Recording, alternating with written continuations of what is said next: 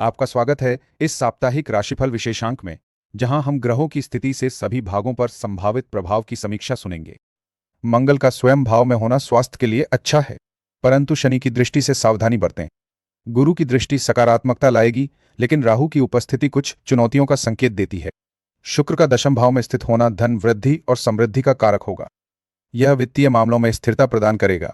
मंगल गुरु एवं शनि की दृष्टि तीसरे घर को मजबूत करती है, यात्रा के लिए अनुकूल बनाती है, परंतु केतु की उपस्थिति अप्रत्याशित घटनाओं की संभावना दर्शाती है। बुध और शुक्र की दृष्टि चौथे घर को सकारात्मक बनाती है, जिससे घरेलू सुख प्राप्त होगा।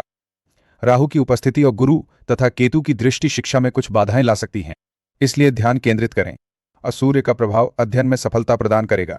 शनि की उपस्थिति छठे घर को मजबूत करती है, जिससे शत्रुओं पर नियंत्रण रहेगा। मंगल की दृष्टि से कुछ संघर्ष हो सकते हैं। मंगल और केतु की दृष्टि सातवें भाव में विवाह या जीवन साथी संबंधी मामलों में अप्रत्याशित स्थिति उत्पन्न कर सकती है।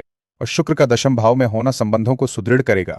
और शनि की दृष्टि आठवें घर को प्रभावित करती है, जिससे टैक्स और इंश्योरेंस संबंधी मामलों में सावधानी बरतें। मंगल खर्चों का संकेत देता है। गुरु का स्वयं भाव में होना भाग्य के लिए बहुत शुभ है, परंतु राहु की दृष्टि से सावधान रहने की आवश्यकता है। यह धार्मिक कार्यों में रुचि बढ़ाएगा। बुध और शुक्र का दशम भाव में होना करियर और कार्यस्थल के लिए अनुकूल है। शनि की स्थिति छठे भाव में होने से कुछ संघर्ष हो सकते हैं का सामना करें। सूर्य और केतु की उपस्थिति 11वें घर में नेटवर्किंग के क्षेत्र में नई संभावनाएं लाएगी, लेकिन राहु की दृष्टि से सावधान रहें। शनि की स्थिति कुछ कठिनाइयों का संकेत देती है। मंगल की उपस्थिति 12वें घर में खर्चों में वृद्धि दर्शाती है। गुरु की स्थिति 9वें भाव में होने और राहु की दृष्टि से अनावश्यक खर्चों पर नियंत्रण रखें।